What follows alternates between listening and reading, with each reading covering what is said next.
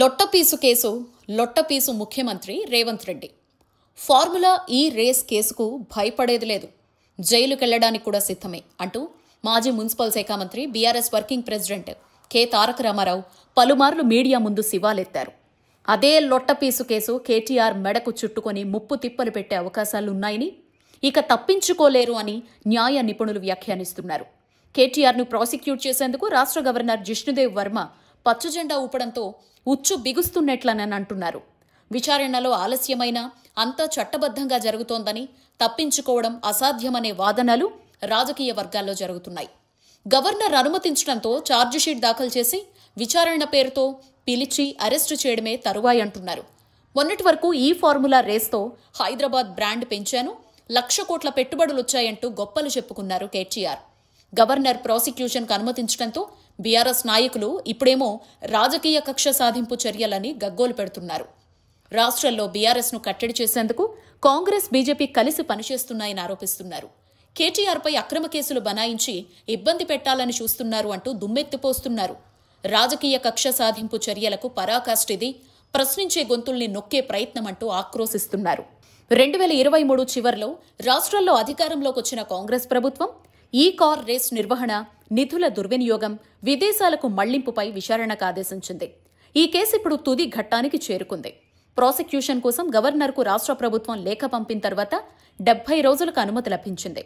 ఈ కేసులో A2గా ఉన్న ప్రత్యేక ప్రధాన కార్యదర్శి అరవింద్ కుమార్ను విచారించేందుకు కేంద్ర ప్రభుత్వంలో DOPTకి రాష్ట్ర ప్రభుత్వం లేఖ రాసింది.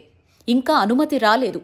ప్రాసిక్యూషన్కు గవర్నర్ ఆమోదముద్ర వేయడంతో ఫార్ములా ఈ రేస్ కేసులో తెలంగాణ అవినీతి నిరోధక విభాగం ACB త్వరలో ఛార్జిషీట్ దాఖలు చేయనుందని సమాచారం. దీంతో కేటీఆర్పై తదుపరి చర్యలు తీసుకునేందుకు ACBకి మార్గం సుగమమైందంటున్నారు. ఛార్జిషీట్ దాఖలు చేసిన తర్వాత రాష్ట్రాల్లో రాజకీయ వాతావరణం ఒక్కసారిగా వేడెక్కనుంది. అప్పటి మున్సిపల్ ముఖ్య కార్యదర్శి M. దానకిషోర్ ఫిర్యాదు మేరకు తెలంగాణ ACB డిసెంబర్ 2024లో కేసు నమోదు చేసింది.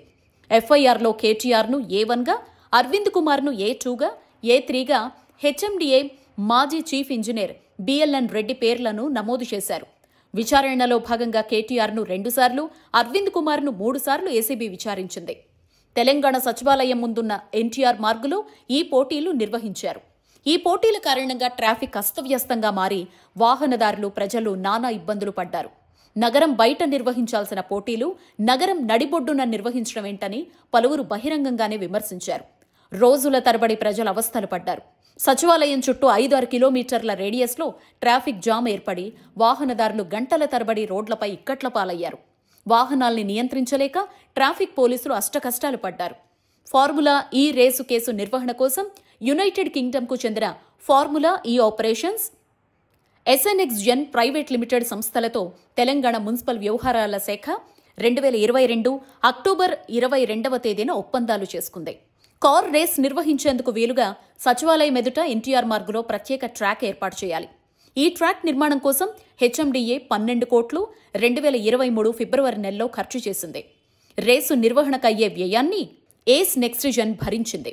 ఇందులో ప్రధాన నిధుల వ్యయంపై రాష్ట్ర మంత్రిమండలి ఆమోదం లేకపోవడం, ఆర్థిక శాఖ అనుమతులు తీసుకోకపోవడం, సెక్రటేరియట్ బిజినెస్ రూల్స్ ఉల్లంఘన, కేంద్ర ఆర్థిక శాఖ అనుమతులు లేకుండా విదేశీ సంస్థలకు నిధులు చెల్లించడం, ఎన్నికల కోడ్ వంటి అంశాలు కీలకంగా మారాయి.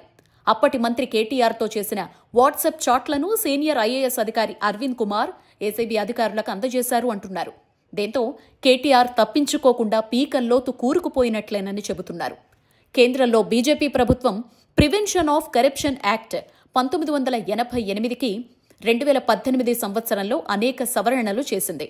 ప్రజాప్రతినిధుల్ని ప్రాసిక్యూట్ చేసేందుకు రాష్ట్ర గవర్నర్ నుంచి అనుమతులు తీసుకోవాలని స్పష్టం చేసింది. యునైటెడ్ నేషన్స్ వంటి అంతర్జాతీయ సంస్థల నియమావళికి అనుగుణంగా అవినీతికి వ్యతిరేకంగా ఈ సవరణలు తీసుకొచ్చినట్లుగా కేంద్ర ప్రభుత్వం చెప్పింది. దీంతో రాష్ట్ర ప్రభుత్వం చట్ట ప్రకారం అన్ని అనుమతులు తీసుకొని ముందుకు వెళ్లక తప్పడం లేదు. కేటీఆర్ను విచారించేందుకు తొలుత అనుమతులు తీసుకున్నారు. ఇప్పుడు ఛార్జిషీట్ వేసేందుకు కూడా గవర్నర్ అనుమతించారు. దీంతో రేపో మాపో కేటీఆర్ అరెస్టు తథ్యమన్న అభిప్రాయాలు రాజకీయ వర్గాల్లో వ్యక్తమవుతున్నాయి.